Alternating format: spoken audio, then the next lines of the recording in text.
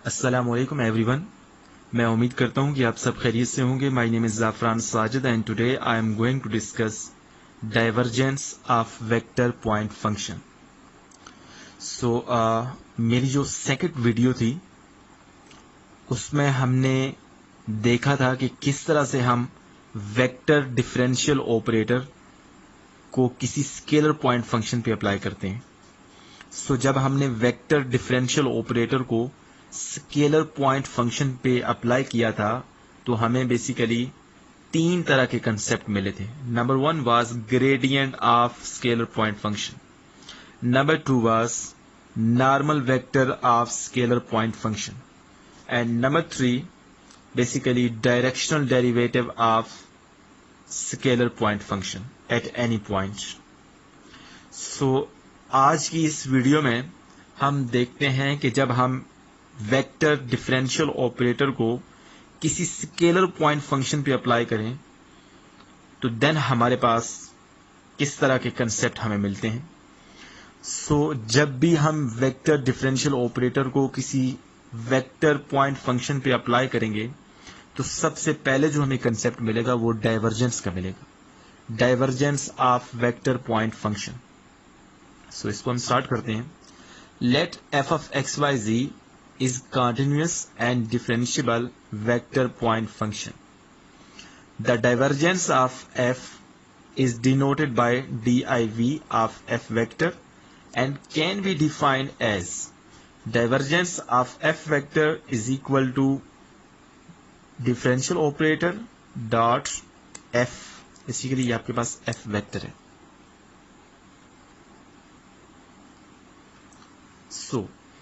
आपके पास divergence of F vector is equal to del dot F vector. Del जो है आपके पास बेसिकली ये वेक्टर डिफरेंशियल ऑपरेटर है। यहाँ पे मैं लिख देता हूं, ये आपके पास जो डेल है ये आपके पास वेक्टर डिफरेंशियल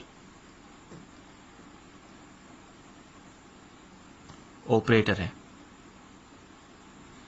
और अपनी जो लास्ट वाली वीडियो थी उसमें बेसिकली हमने वेक्टर डिफरेंशियल ऑपरेटर को डिस्कस किया था और हमने कहा था कि ये बराबर होता है पार्शियल और partial x i cap plus partial और partial y j cap plus partial और partial z k cap. Basically ये डेल ऑपरेटर की वैल्यू होती। आपने जब divergence of vector point function find करना है तो बेसिकली आपने del dot F vector find करना है। If f vector is equal to f1i plus f2j plus f3k, ये आपके पास कोई जनरल आपके पास f वेक्टर है जो कि वेक्टर पॉइंट फंक्शन है, then divergence of f is equal to ये आपके पास डेल ऑपरेटर जो था यहाँ पे उसकी आपने वैल्यू पुट कर दी है, डॉट f जो वेक्टर था उसकी आपने वैल्यू पुट कर दी। जब आपने इन दोनों का दो वेक्टर्स हैं, दोनों का जब आप डॉट प्रोडक्ट लेंगे तो आपके पास partial f1 over partial x plus partial f2 और partial y plus partial f3 और पार्शियल z। हम कह सकते हैं कि किसी भी वेक्टर का जो डाइवर्जेंस होता है वो बराबर होता है एक स्केलर वैल्यू के, क्योंकि आपके पास देख लें ये एक स्केलर वैल्यू है, स्केलर वैल्यू। तो किसी भी वेक्टर का जो डाइवर्जेंस होता है वो एक स्केलर वैल्यू होती है। अब हम एक छोटी सी डेफिनेशन है उसको भी देख लेते हैं। Solenoidal vector, what is solenoidal vector? If divergence of any vector f is equal to 0, जब भी किसी वेक्टर f की डाइवर्जेंस 0 आती है then f vector is called solenoidal vector. मतलब क्या है कि डाइवर्जेंस ऑफ f हमें पता है बराबर होता है डेल डॉट f, ये f वेक्टर है हमारे पास। अब यहाँ पे डेल और f वेक्टर की वैल्यू पुट करेंगे तो आपके पास ये आपके पास एक स्केलर वैल्यू है कि पार्शियल f1 और partial x plus partial f2 और partial y plus partial f3 और partial z is equal to 0। जब भी आपके पास divergence of any vector f 0 आएगा तो इसका क्या मतलब है कि ये जो वेक्टर था हमारे पास ये एक solenoidal vector. I hope so आपको divergence of vector point function की और सोलेनॉइडल वेक्टर की अंडरस्टैंडिंग हो गई है। सो अभी हम आगे मूव करते हैं। सो स्टूडेंट, अभी हम फिजिकल सिग्निफिकेंस ऑफ डाइवर्जेंस की बात करते हैं। Physical significance of divergence. Divergence is measure of difference between outflux and influx. Suppose that ये आपके पास कोई एक मीडियम है, ये इलेक्ट्रिक फील्ड भी हो सकती है, ये कोई ऐसा मीडियम भी है जहाँ से फ्लूइड फ्लो करता है, कोई लिक्विड फ्लो करता है। सो हम फ्लूइड फ्लो का केस लेते हैं। हम सपोज करते हैं कि हमारे पास यहाँ से कोई आपके पास फ्लूइड जो है उसकी एक खास मिकदार जो है वो यहाँ से पर यूनिट वॉल्यूम इंटर होती है इस मीडियम में। इस मीडियम को क्रॉस करने के बाद यहाँ से वो जो फ्लूइड है वो आउटफ्लो हो जाता है, मतलब यहाँ से निकल जाता है। सो जितनी मिकदार पर यूनिट वॉल्यूम यहाँ से फ्लूइड की इंटर हुई थी और जितनी मिकदार यहाँ से आउटफ्लो हुई है, जरूरी नहीं है कि दोनों इक्वल हो। मे बी यहाँ पे कुछ मीडियम के अंदर रह गया हो, या मे बी या कुछ ऐसा हुआ हो कि आपके पास जो फ्लूइड बाहर निकला है उसकी मिकदार ज्यादा हो। सो इस चीज को बेसिकली, ये जो आउटफ्लक्स और इनफ्लक्स का डिफरेंस है, इसको बेसिकली हम डाइवर्जेंस बोलते हैं। सो डाइवर्जेंस की एग्जांपल क्या है? इलेक्ट्रिक फ्लक्स भी हो सकता है, मतलब इलेक्ट्रिक फील्ड लाइंस किसी एक खास एरिया को पास करें और इनफ्लो करें और फिर आउटफ्लो करें, और उन दोनों के दरमियान जो डिफरेंस होता है बेसिकली वहां से भी हम डाइवर्जेंस की बात कर सकते हैं, डाइवर्जेंस के कंसेप्ट को डिस्कस कर सकते हैं। मैग्नेटिक फ्लक्स भी इसकी एग्जांपल है, या fluid flow in a specific region, ये भी इसकी एग्जांपल है, और बहुत सारी एग्जांपल्स इसकी हो सकती हैं। सो इसको हम अंडरस्टैंड करते हैं with the help of diagram. Physical meaning of divergence या physical significance of divergence. Case number 1 क्या है? हम इलेक्ट्रिक फील्ड लाइंस की बात करते हैं। Electric field lines, electric field lines. So ये आपके पास कोई एक मीडियम है, यहां से कुछ इलेक्ट्रिक फील्ड लाइंस इनफ्लो करती हैं। देखिए, इसको समझने के लिए हम इसको काउंट करते हैं। देखिए, हमारे पास 4 इलेक्ट्रिक फील्ड लाइन यहां से इनफ्लो करती हैं, और जब आउटफ्लो होता है तो हमारे पास 1 2 3 4 5 6, 4 की बजाय 6 इलेक्ट्रिक फील्ड लाइन जो है वो आउटफ्लो करती हैं। तो बेसिकली यहां पर जो डाइवर्जेंस होगा वो पॉजिटिव होगा, क्योंकि आउटफ्लो माइनस इनफ्लो होता है ना। Outflow minus inflow is equal to divergence. So outflow में ज्यादा number of electric field lines हैं और इनफ्लो जो हुई थी वो कम थी, तो यहाँ पे पॉजिटिव डाइवर्जेंस होगी। सिमिलरली केस नंबर 2 देखें जरा। जब आपके पास सपोज करते हैं कि 4 इलेक्ट्रिक फील्ड लाइंस जो है वो इस मीडियम में इनफ्लो होती हैं, और जब आउटफ्लो होती हैं तो 3 रह जाती हैं, मतलब एक इलेक्ट्रिक फील्ड लाइन यहाँ पे कहीं उसका लॉस हो जाता है। सो अब क्योंकि आउटफ्लो कम हुई हैं और इनफ्लो ज्यादा इलेक्ट्रिक फील्ड लाइन हुई थी, तो यहाँ पे आपके पास जब आप आउटफ्लो माइनस इनफ्लो करेंगे तो आपके पास नेगेटिव डाइवर्जेंस आएगी, मतलब आपके पास वो जो डाइवर्जेंस की स्केलर वैल्यू थी वो नेगेटिव होगी। सिमिलरली केस नंबर 3 क्या है? जब आपके पास electric field line same number of electric field line inflow करती हैं और सेम नंबर ऑफ ही इलेक्ट्रिक फील्ड लाइन आउटफ्लो होती हैं, तो इस किस्म की डाइवर्जेंस को यहाँ पे जो बेसिकली डाइवर्जेंस होगी वो 0 होगी। सो इसको मैं लिख लेता हूँ, divergence equal to 0। Divergence of any f, let's suppose ये आपके पास कोई वेक्टर पॉइंट फंक्शन एफ है, सो इसकी डाइवर्जेंस यहाँ पे 0 होगी। जब इलेक्ट्रिक फील्ड लाइन, इसको मैं रिपीट करता हूँ, जब electric field line same number of electric field line inter होंगी और same number of electric field line outflow होंगी या एग्जिट होंगी किसी मीडियम से, तो यहाँ पे जो डाइवर्जेंस होगी वो 0 होगी। सो ये फ्लूइड का केस भी हो सकता है। फॉर एग्जांपल, एक खास अमाउंट ऑफ फ्लूइड जो है पर यूनिट वॉल्यूम किसी मीडियम में एंटर हुई है, और जब वहां से एग्जिट हुई है तो जो आपके पास फ्लूइड की क्वांटिटी थी बिल्कुल सेम ही थी पर यूनिट वॉल्यूम। सो उस केस में आपके पास जो डाइवर्जेंस होगी वो आपके पास 0 होगी। आई होप सो आपको फिजिकल मीनिंग ऑफ डाइवर्जेंस जो है उसकी अंडरस्टैंडिंग हो गई है। सो अभी हम कर्ल की बात करते हैं। सो नाउ स्टूडेंट, हम curl of vector point function की बात करते हैं।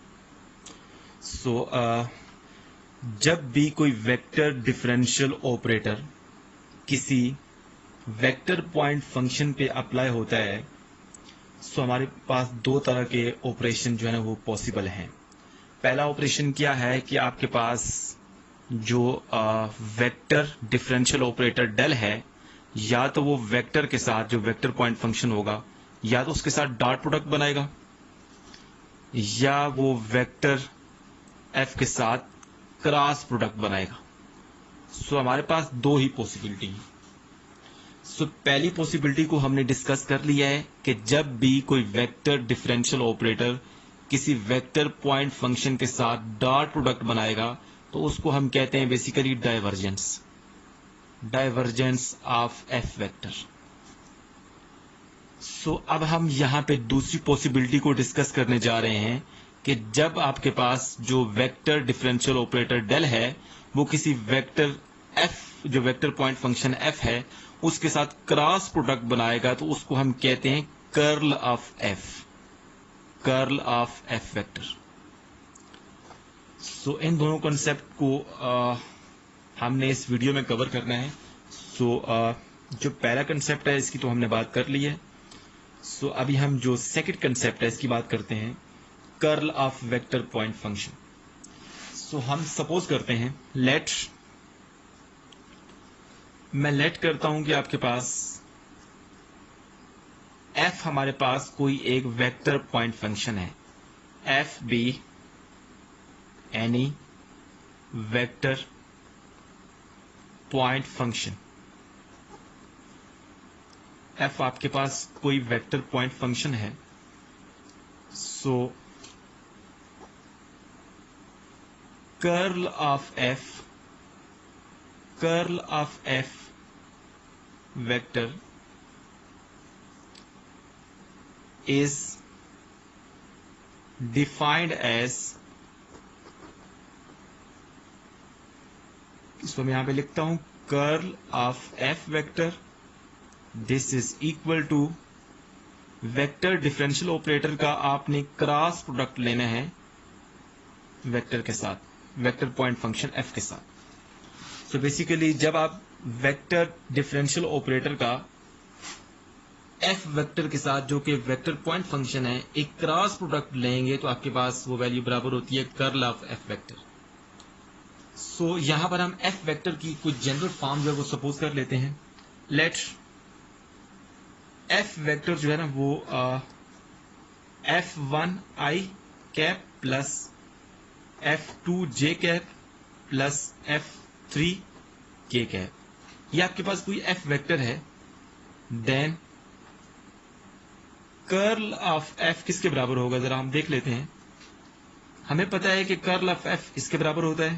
तो यहां पे मैं वैल्यूज पुट करता हूं, curl of F vector this is equal to vector differential operator और इसका आपने क्रॉस प्रोडक्ट लेना है एफ वेक्टर के साथ, और एफ वेक्टर हमने बेसिकली यहां पे एक जनरल फॉर्म में सपोज कर लिया है, और डेल ऑपरेटर की भी मैं यहां पे वैल्यू पुट करता हूं। सो डेल ऑपरेटर की वैल्यू हमें पता है पार्शियल और partial x i cap plus partial और partial y j cap plus partial और पार्शियल जी के कैप, ये आपके पास डेल ऑपरेटर की वैल्यू है, और इसका हमने क्रॉस प्रोडक्ट लेना है एफ वेक्टर की वैल्यू से। एफ वेक्टर को हमने एक जनरल सपोज कर लिया यहाँ पे, f1 i plus f2 j plus f3 k। सो दो वेक्टर्स का क्रॉस प्रोडक्ट हम किस तरह से लेते हैं। सो दो वेक्टर का क्रॉस प्रोडक्ट हम इस तरह से लेते हैं। डॉट प्रोडक्ट तो हमने डाइवर्जेंस के केस में डिस्कस किए हैं। सो क्रॉस प्रोडक्ट दो वेक्टर का किस तरह से लिखते हैं, i j k। सिमिलरली यहां पे सबसे पहले इस पहले वाले वेक्टर के कोफिशिएंट पार्शियल और पार्शियल x, पार्शियल और पार्शियल y, पार्शियल और पार्शियल z, दूसरे वाले वेक्टर के coefficients f1, f2, f3। So basically इस जो 3x3 मैट्रिक्स है इसका जो डिटर्मिनेंट होगा वो बेसिकली हमें कर्ल ऑफ एफ के बारे में बताएगा। सो आई होप सो आपको ये जो कर्ल ऑफ एफ की अंडरस्टैंडिंग है ये हो गई है। सो अभी हम इसको मजीद कंटिन्यू करते हैं। Physical significance of curl. जिस तरह से हमने फिजिकल सिग्निफिकेंस ऑफ डाइवर्जेंस की बात की थी, इसी तरह से अब हम फिजिकल सिग्निफिकेंस ऑफ कर्ल की बात करते हैं। बेसिकली कर्ल ऑफ, यहाँ पे मैं लिख देता हूं, curl of any vector point function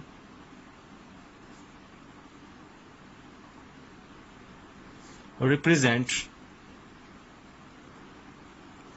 curl of any vector point function represents angular velocity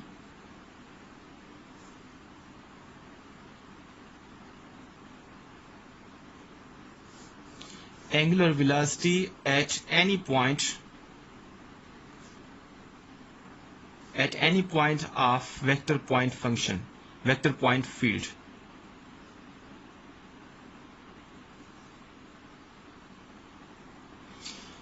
किसी भी वेक्टर पॉइंट फंक्शन का जो कर्ल होता है वो रिप्रेजेंट करता है एंगुलर वेलोसिटी को at any point of vector point field.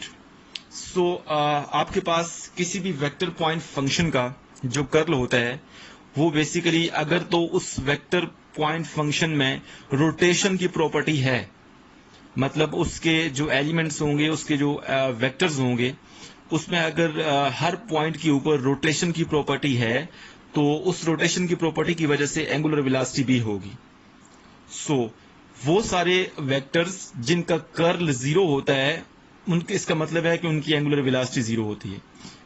ऐसे तमाम वेक्टर पॉइंट फंक्शन जिनका कर्ल हमारे पास, लेट्स सपोज आपके पास f जो है वो कोई वेक्टर पॉइंट फंक्शन है, इस वेक्टर पॉइंट फंक्शन का अगर कर्ल जीरो होता है तो इसका मतलब है कि ये जो f वेक्टर है ये बेसिकली इररोटेशनल वेक्टर है। हेंस या then if curl of any vector point function is equal to 0, then f vector is called irrotational vector point function. आपको ये जो irrotational का कंसेप्ट है, या जिस तरह से हमने डाइवर्जेंस के केस में सोलेनॉइडल वेक्टर का कंसेप्ट पढ़ा था, इसको आप सही तरह से अंडरस्टैंड कर लें, अपने दिमाग में बिठा लें, क्योंकि इससे रिलेटेड क्वेश्चंस जो हैं वो आपके पेपर्स में जरूर आते हैं। आई होप सो आपको ये जो फिजिकल सिग्निफिकेंस ऑफ कर्ल है इसकी अंडरस्टैंडिंग होगी है। मैं इसको रिपीट कर देता हूं। कर्ल जो होता है किसी भी वेक्टर पॉइंट फंक्शन का, बेसिकली उसकी एंगुलर वेलोसिटी को रिप्रेजेंट करता है, और एंगुलर वेलोसिटी उसी वजह से होती है अगर उस वेक्टर पॉइंट फंक्शन में रोटेशन की जो प्रॉपर्टी है वो होल्ड करती है। अगर रोटेशन की प्रॉपर्टी होगी तो एंगुलर वेलोसिटी होगी। कोई ऐसा वेक्टर पॉइंट फंक्शन जिसका कर्ल जीरो होता है, उस वेक्टर पॉइंट फंक्शन को हम इररोटेशनल वेक्टर पॉइंट फंक्शन बोलते हैं। अभी हम कुछ एग्जांपल जो है डाइवर्जेंस और कर्ल से रिलेटेड उसको अंडरस्टैंड करते हैं। नाउ स्टूडेंट, हम एक इंपॉर्टेंट एग्जांपल जो है इसको हम सॉल्व कर लेते हैं about divergence of any vector point function. Statement क्या है? If vector f which is equal to x plus 3yi plus y minus 2zj plus x plus azk is solenoidal vector, find a। अगर आपके पास ये जो f vector है ये solenoidal vector हो तो आपने इस a की वैल्यू फाइंड करनी है। स्टूडेंट, अभी हमने थोड़ी देर पहले पढ़ा है कि सोलेनॉइडल वेक्टर कौन सा होता है? ऐसा वेक्टर जिसकी डाइवर्जेंस जीरो होती है उसको सोलेनॉइडल वेक्टर कहते हैं। As divergence of f equal to 0 because f vector is solenoidal vector। जब कोई वेक्टर सोलेनॉइडल वेक्टर होगा तो उसकी डाइवर्जेंस जो होगी वो जीरो होगी। ये थोड़ी देर पहले हमने डेफिनेशन पढ़ी है। ये डाइवर्जेंस ऑफ f का मतलब क्या है? as we know that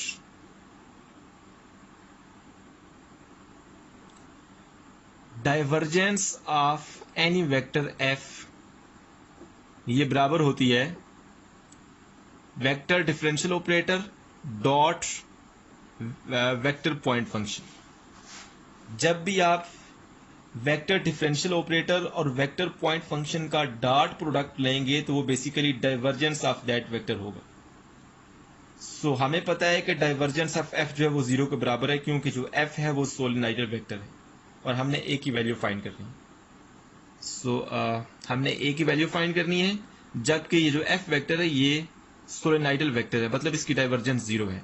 सो अब हम यहाँ पे सिंपली डेल की वैल्यू पुट करते हैं, पार्शियल ओवर पार्शियल एक्स आई प्लस पार्शियल और पार्शियल वाई जे प्लस पार्शियल और पार्शियल जी के। सो डॉट प्रोडक्ट हमें लेना है। एफ वेक्टर हमारे पास क्या है, ये हमारे पास एफ वेक्टर है, इसको मैं यहां पे लिख लेता हूं, x plus 3y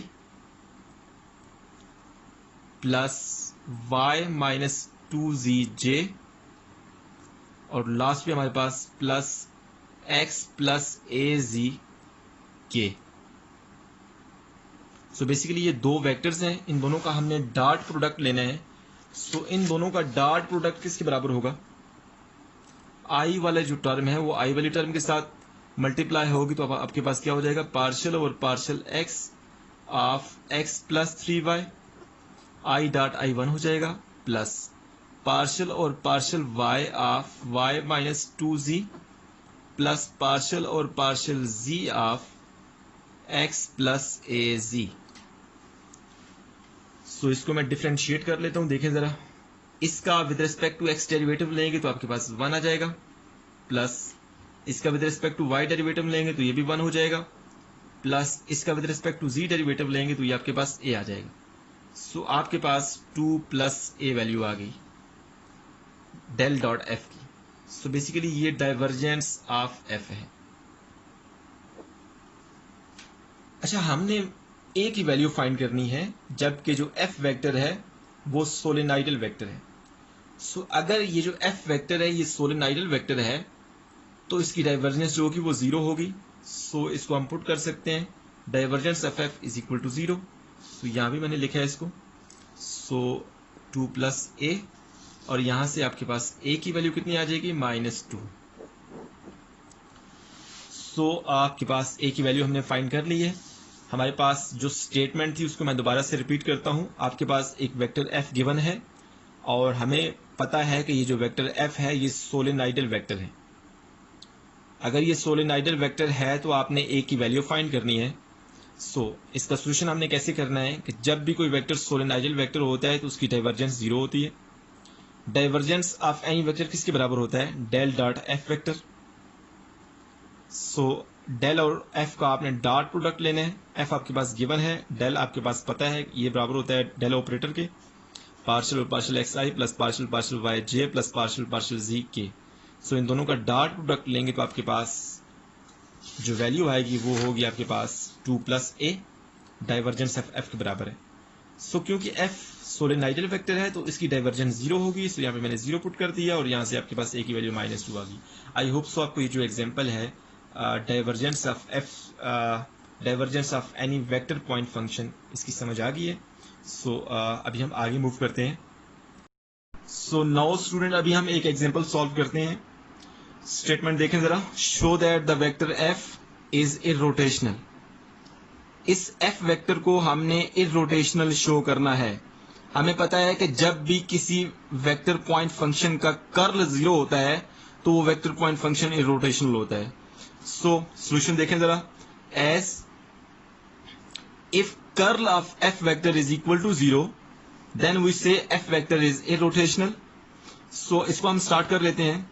F vector हमारे पास क्या गिवन है, f vector is equal to del operator into x cube plus y cube minus 3xyz। Basically ये आपके पास जो एफ वेक्टर है इसको हमने वेक्टर फॉर्म में पहले लिखना है।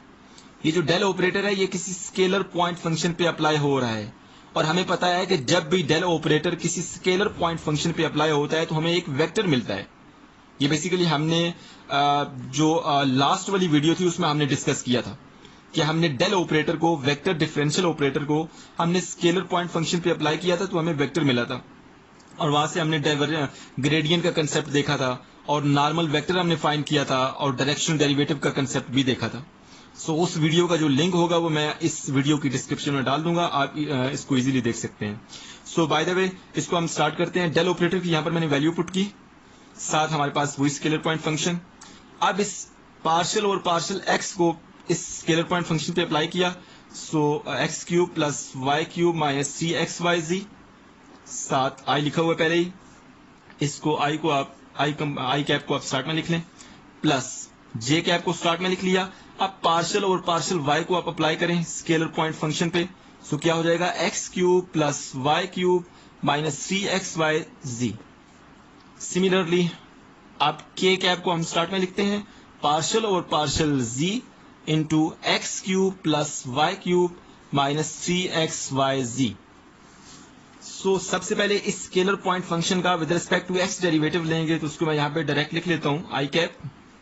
इसका with respect to x derivative कितना आएगा, 3x² माइनस 3yz। सिमिलरली इस स्केलर पॉइंट फंक्शन का with respect to y derivative लें तो आपके पास क्या हो जाएगा, 3y² माइनस 3xz। सिमिलरली इस स्केलर पॉइंट फंक्शन का with respect to z derivative लें तो आपके पास क्या आ जाएगा, माइनस 3xy। सो आई होप सो आपको यहां तक इसकी अंडरस्टैंडिंग हो गई है। ये आपके पास f वेक्टर जो है उसकी वैल्यू आ गई है। सो अभी हमने f वेक्टर जो है वो फाइंड कर लिया है। अब हमने इस f वेक्टर का कर्ल फाइंड करना है। सो सबसे पहले हम देख लेते हैं, फर्स्ट ऑफ ऑल अब हमने क्या करना है कि कर्ल ऑफ f वेक्टर जो है वो हमने फाइंड करना है। ये हमने फाइंड करना है।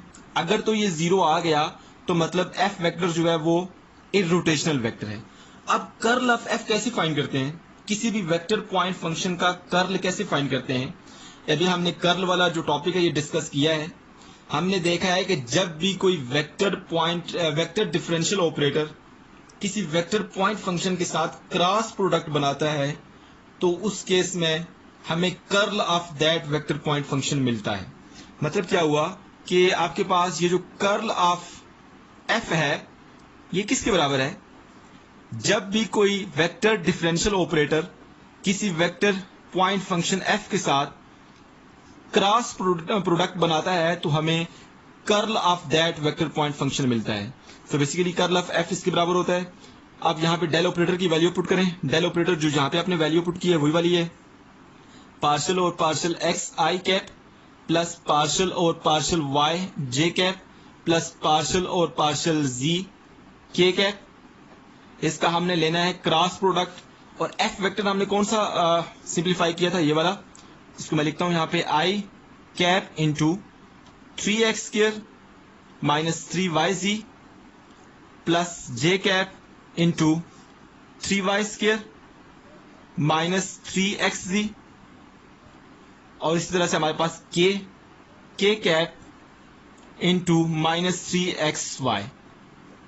सो अब आपके पास देखें ये भी एक वेक्टर है और ये भी आपके पास एक वेक्टर है। सो इन दोनों वेक्टर का जब हम क्रॉस प्रोडक्ट लेंगे तो बेसिकली वो कर्ल ऑफ f के बराबर होगा। सो इसको यहाँ पे एक दफा मैं लिख लेता हूं। देखें लेफ्ट हैंड साइड आपके पास क्या है, curl of f vector this is equal to. अब दो वेक्टर का जो क्रॉस प्रोडक्ट होता है वो बेसिकली किस तरह से हम फाइंड करते हैं। सबसे पहले हम यहाँ पे लिखते हैं i, जितने भी उसमें कंपोनेंट हो i j k, 3 कंपोनेंट हैं। इस जो पहले डेल वेक्टर है या डेल ऑपरेटर है इसमें आपके पास i j और k के जो कंपोनेंट्स हैं वो लिखते हैं यहाँ पे, पार्शियल और पार्शियल x, पार्शियल और पार्शियल y, पार्शियल और पार्शियल z। सिमिलरली ये दूसरे वेक्टर में i j ये आपके पास i है, i j और k के जो कंपोनेंट्स हैं वो क्या है, सबसे पहले i का 3x का स्क्वायर माइनस 3yz। सिमिलरली दूसरा क्या है, 3y का स्क्वायर माइनस 3xz, 3y का स्क्वायर माइनस 3xz और लास्ट पर हमारे पास माइनस 3xy। सो अब आपके पास ये 3x3 जो है ना उस मैट्रिक्स का डिटर्मिनेंट है। जब हम इस 3x3 मैट्रिक्स का डिटर्मिनेंट फाइंड करेंगे तो बेसिकली वो कर्ल ऑफ f के बराबर होगा। सो इसको हम फाइंड कर लेते हैं। तो देखें जरा, सबसे पहले उस स्टेप को मैं दोबारा से लिखता हूं। Curl of F vector this is equal to, कौन सा आपके पास मैट्रिक्स बना था 3x3 का, यहां पे आई जे के, यहां पे 3x का स्क्वायर और यहां पे आपके पास -3yz, यहाँ आपके पास पार्शियल और पार्शियल x, पार्शियल और पार्शियल y, पार्शियल और पार्शियल z, यहाँ पे 3x का स्क्वायर -3yz, यहाँ पे 3y का स्क्वायर -3xz, सिमिलरली यहाँ पे -3xy। इसको हम एक दफा से वेरीफाई कर लेते हैं। देखें आप, 3x का स्क्वायर -3yz, 3y का स्क्वायर -3xz, -3xy। ओके, सही है ये। सो अब हमने इस 3x3 मैट्रिक्स का डिटर्मिनेंट फाइंड करना है। सो डिटर्मिनेंट किसके बराबर होता है, किस तरह से हम फाइंड करते हैं, इसको मैं डायरेक्ट यहाँ पे फाइंड कर लेता हूँ। दिस विल बी पार्शियल और पार्शियल y ऑफ -3xy, दरमियान में माइनस, आप पार्शियल और पार्शियल z इंटू यहाँ पे क्या हो जाएगा 3y का स्क्वायर -3xz, ये आपके पास i component minus j component into इस सेकंड कॉलम को छोड़ दें और फर्स्ट रो को छोड़ दें, तो आपके पास बाकी क्या बचा, पार्शियल और partial x of -3xy minus partial और पार्शियल z ऑफ, पार्शियल और पार्शियल z ऑफ, यहाँ पे मैं लिख लेता हूँ 3x का square -3yz, similarly plus k component इस थर्ड कॉलम को और फर्स्ट रो को छोड़ दें, तो आपके पास बाकी क्या बचा, पार्शियल और पार्शियल x ऑफ 3y का स्क्वायर -3xz माइनस पार्शियल और पार्शियल y ऑफ 3x का स्क्वायर -3yz। सो आई होप सो आपको इस चीज का आइडिया है कि किसी भी 3x3 मैट्रिक्स का डिटर्मिनेंट कैसे फाइंड करते हैं। सो अब मैं इसको सिंप्लीफाई करता हूं, i कंपोनेंट ऐसे ही रहेगा। अब इस -3xy का with respect to y derivative लेंगे तो -3x आएगा, माइनस इस 3y स्क्वायर -3xz का with respect to z derivative लेंगे तो आपके पास ये -3x आएगा। Similarly minus j component -3xy का with respect to x derivative लें तो -3y, minus 3x square -3yz का with respect to z derivative लें तो आपके पास -3y आ गया।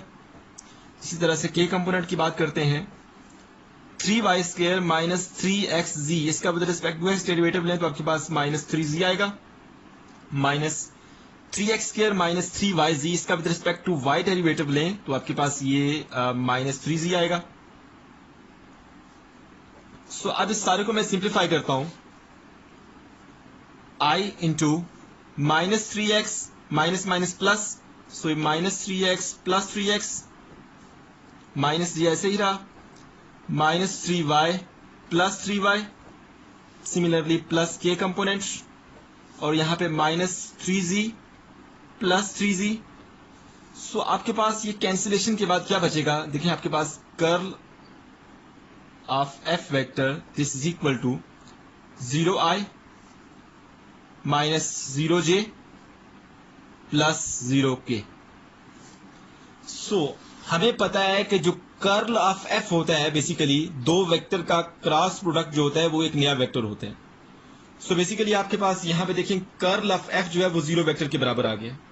मतलब जो आपके पास वेक्टर पॉइंट फंक्शन f है उसके हर पॉइंट के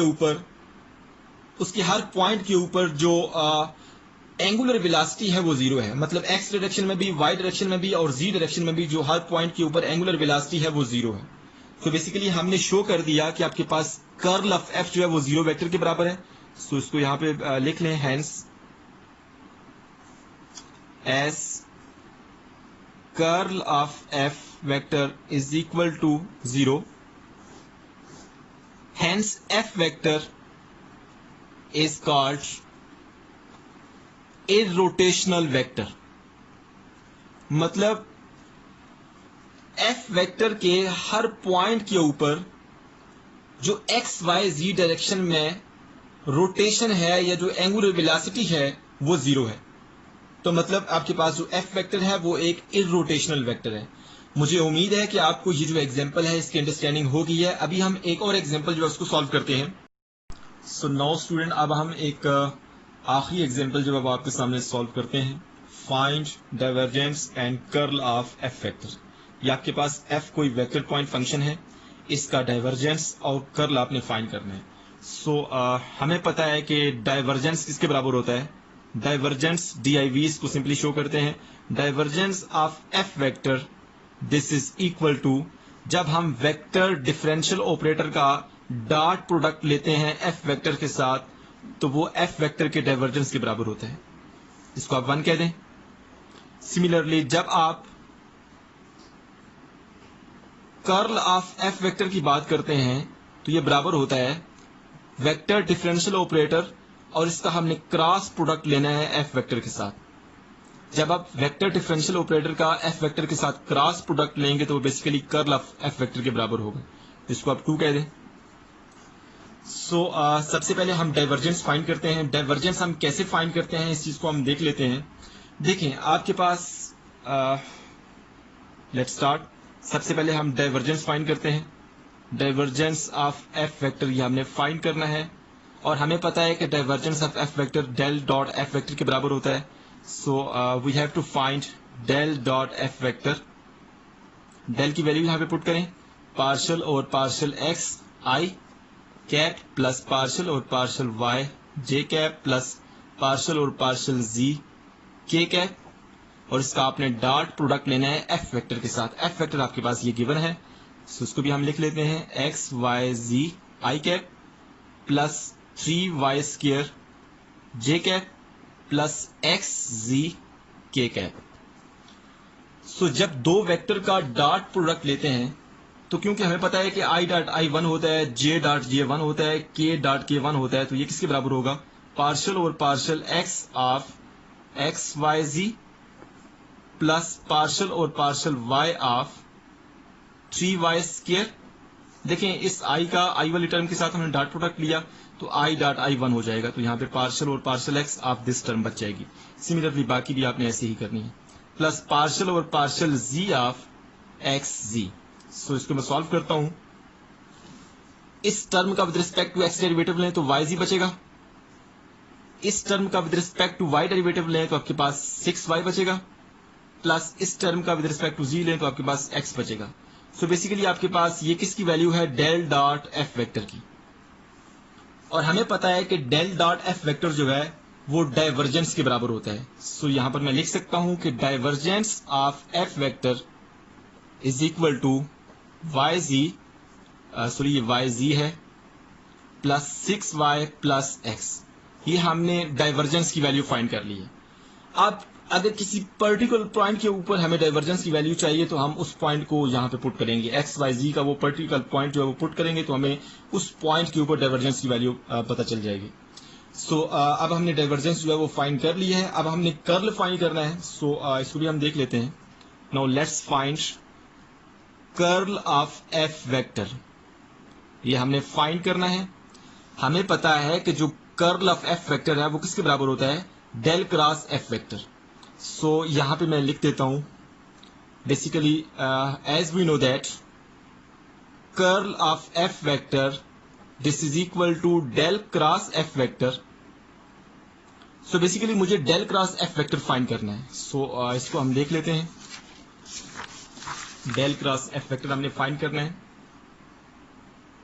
del cross f vector this is equal to, आप यहां पे डेल की वैल्यू पुट करें, पार्शियल और partial x i cap plus partial और partial y j cap plus partial और पार्शियल जी के कैप, और इसका आपने क्रॉस प्रोडक्ट लेना है किसके साथ, एफ वेक्टर के साथ। एफ वेक्टर क्या है, एक्स वाई जी आई कैप प्लस 3y स्क्वायर जे कैप प्लस एक्स जी के कैप। सो इसको हम देख लेते हैं कि हमने ये सही लिखा है या गलत लिखा है। सो आपके पास एफ वेक्टर कौन सा है, ये आपके पास एफ वेक्टर है एक्स वाई जी आई कैप प्लस 3y स्क्वायर जे कैप प्लस एक्स जी के कैप। सो हमने सही लिखा है। सो आपके पास दो वेक्टर्स हैं, एक ये आपके पास देखें जो वेक्टर डिफरेंशियल ऑपरेटर है ये भी वेक्टर को शो कर रहा है, आईजे के कंपोनेंट लिखे हैं। क्रॉस प्रोडक्ट हमने लेना है, ये जो एफ वेक्टर आपके पास वेक्टर गिवन है। दो वेक्टर का क्रॉस प्रोडक्ट हम कैसे लेते हैं, हम लेते हैं डिटर्मिनेंट लिखते हैं आई जे के विद कैप। अब इस पहले वेक्टर के जो कंपोनेंट्स आई जे के वो क्या है, पार्शियल और पार्शियल एक्स, पार्शियल और पार्शियल वाई, पार्शियल और पार्शियल जी। सिमिलरली जो दूसरा वेक्टर है उसमें भी आई जे के जो कंपोनेंट्स हैं हम यहाँ पे लिखते हैं। तो ये क्या हो जाएगा, एक्स वाई जी, यहाँ पे 3y स्क्वायर और यहाँ पे एक्स जी। ये बेसिकली किसके बराबर है, डेल क्रॉस एफ वेक्टर की। सो यहाँ पे मैं डायरेक्ट इसका डिटर्मिनेंट ले लेता हूं। हमें पता है कि जब भी आपके पास 3 या 3 से बड़े ऑर्डर का आपके पास कोई मैट्रिक्स हो जिसका हमने डिटर्मिनेंट फाइंड करना हो, तो सबसे पहले हम उसको रिड्यूस करते हैं 2x2 मैट्रिक्स में। आई होप सो आपको ये जो डिटर्मिनेंट लेने का कंसेप्ट है इसका आइडिया है। उसको मैं यहाँ पे डायरेक्ट लिखता हूँ। आई आपके पास इस फर्स्ट कॉलम को और फर्स्ट रो को छोड़ दें तो आपके पास इसको partial y of x z हम लेते हैं तो आपके पास 0 बनता है, माइनस पार्शियल और partial z of 3y square, ये भी 0 आता है, माइनस जे। अब इस दूसरे कॉलम को और पहली रो को छोड़ दें तो आपके पास पार्शियल और partial x of x z, this will be z, minus partial और partial z of x y z, this will be x y, similarly plus k. इस थर्ड कॉलम को और फर्स्ट रो को छोड़ दें तो आपके पास पार्शियल और partial x of 3y square, this will be 0, minus partial और partial y of x y z, this will be x z. So इसको मैं सिंप्लीफाई करता हूं तो 0i cap minus j cap into z minus x y plus minus minus x z into k cap. So basically ये जो del cross F है इसकी value हमारे पास आ गई है डेल क्रॉस एफ की। और हमें पता है कि जो डेल क्रॉस एफ होता है, मतलब जब वेक्टर डिफरेंशियल ऑपरेटर का किसी वेक्टर पॉइंट फंक्शन के साथ क्रॉस प्रोडक्ट लेते हैं तो वो कर्ल ऑफ एफ के बराबर होता है। So curl of F vector किसके बराबर होगा, ये आपके पास कर्ल ऑफ एफ की वैल्यू है 0i कैप माइनस जी minus x Y j cap minus x जी के कैप। सो बेसिकली ये हमारे पास जो गिवन फंक्शन है f, जो कि वेक्टर पॉइंट फंक्शन है, उसका हमने कर्ल फाइंड। सो आई होप सो आपको ये जो वीडियो है इसकी अंडरस्टैंडिंग हो गई है। इस वीडियो में बेसिकली हमने देखा है कि जब हम किसी वेक्टर डिफरेंशियल ऑपरेटर को किसी वेक्टर पॉइंट फंक्शन पे अप्लाई करते हैं तो दो पॉसिबिलिटीज बनती हैं, या तो वो vector differential operator dot product बनाएगा एफ वेक्टर के साथ या किसी भी वेक्टर पॉइंट फंक्शन के साथ, या वो किसी भी वेक्टर पॉइंट फंक्शन के साथ क्रॉस प्रोडक्ट बनाएगा। सो जब आप डॉट प्रोडक्ट की बात करते हैं तो हमें डाइवर्जेंस का कंसेप्ट मिलता है और फिर हमने उसकी फिजिकल जो सिग्निफिकेंस उसको भी डिस्कस किया है। और जब आप किसी वेक्टर डिफरेंशियल ऑपरेटर का क्रॉस प्रोडक्ट लेते हैं किसी वेक्टर पॉइंट फंक्शन के साथ तो हमें कर्ल का कंसेप्ट मिलता है, और कर्ल के कंसेप्ट से फिर हमें इरोटेशनल और रोटेशनल का कंसेप्ट मिलता है, और उसकी भी हमने फिजिकल सिग्निफिकेंस जो डिस्कस की है, और फिर हमने कुछ एग्जांपल्स की मदद से हमने इस टॉपिक को अंडरस्टैंड करने की कोशिश की है। So thank you so much for watching my video.